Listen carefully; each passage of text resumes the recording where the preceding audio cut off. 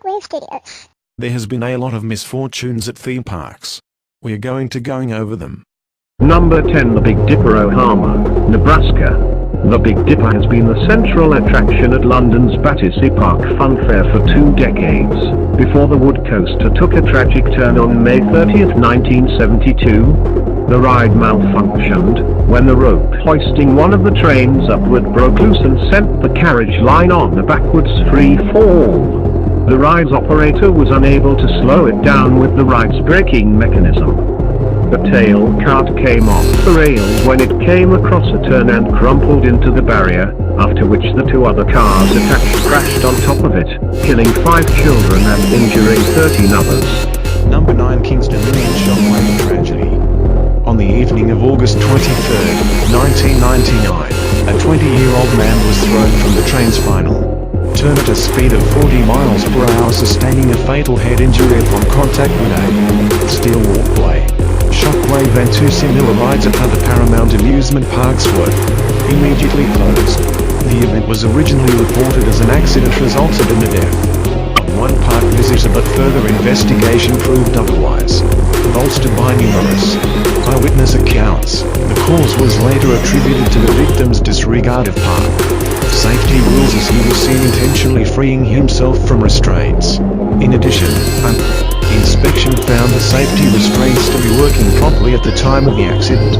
Shockwave was reopened 3 days later on August 26, 1999, less than 2 weeks later on September 2nd, 1999, the 13-year-old boy, concerned that he was not properly fastened into his restraints, intentionally slipped out of them as the train was ascending the lift hill.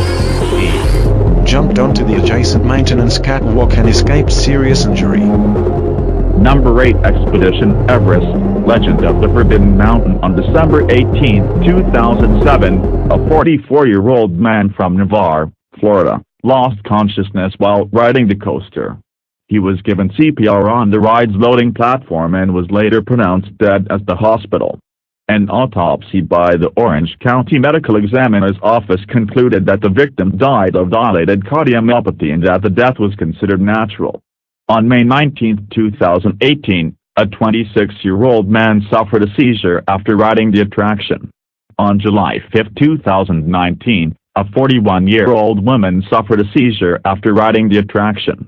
On September 22, 2019, a 45-year-old woman felt ill, migraine and vomiting while riding the attraction. Number 7. The Terror at the Tower of Terror. A worker was inspecting the Tower of Terror. Right, a lot of scary things happened there. It was actually haunted. Next to the inspector, right beside him, you could see a ghost. See this video.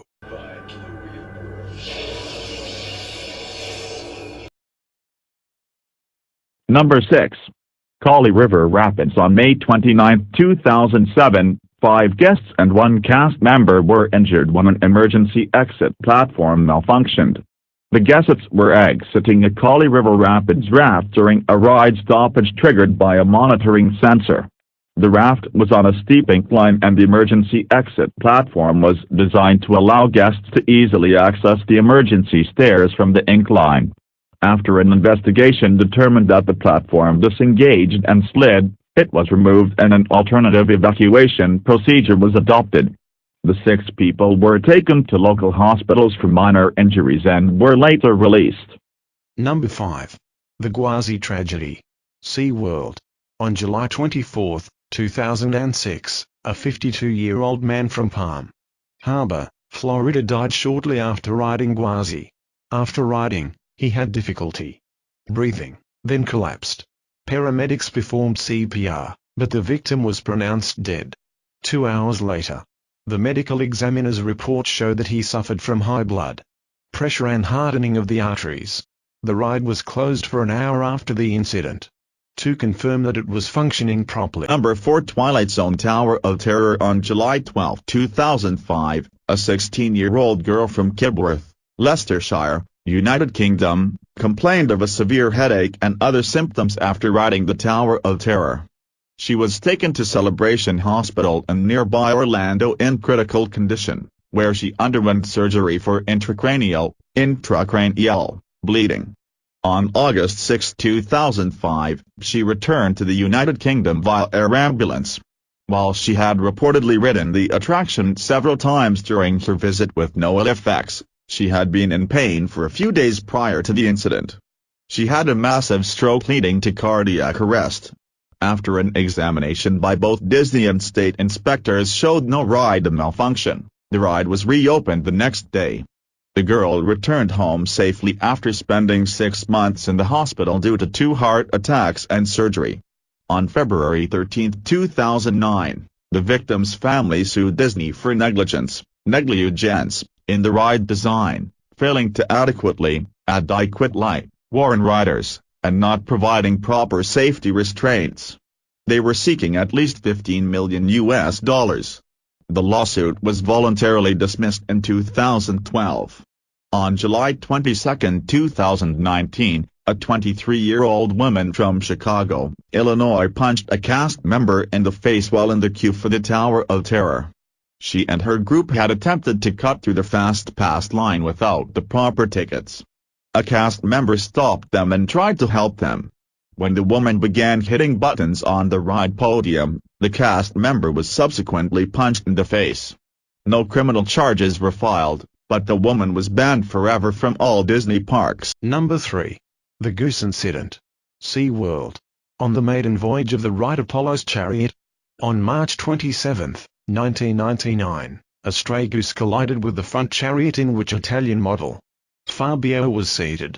Fabio suffered a minor cut to his nose, leaving him with a bloody nose. At the end of the ride, on July 15, 2018, a family from Virginia Beach, Virginia suffered injuries as they were riding the roller coaster due to a ride operator accidentally pressing the emergency stop button, causing the family to report concussions the next day. Number 2 Disney World shooting threat. Authorities say they've arrested a Florida man who threatened on Facebook to commit a mass shooting at Walt Disney World. Florida Today reports that 23-year-old Derek Idle was arrested Tuesday and charged with making written threats to kill or do bodily harm. The Brevard County Sheriff's Office says Idle was in a chat group Tuesday with more than 800 members when he posted, 5 likes and I'll go shoot up Disney. Idle lives near Cocoa, about an hour east of the park. An arrest report says 2 of the members reported the statement to authorities. The report says Idle later contested typing the threat on his smartphone. Idle was being held on $100,000 bail. Jail records didn't list an attorney.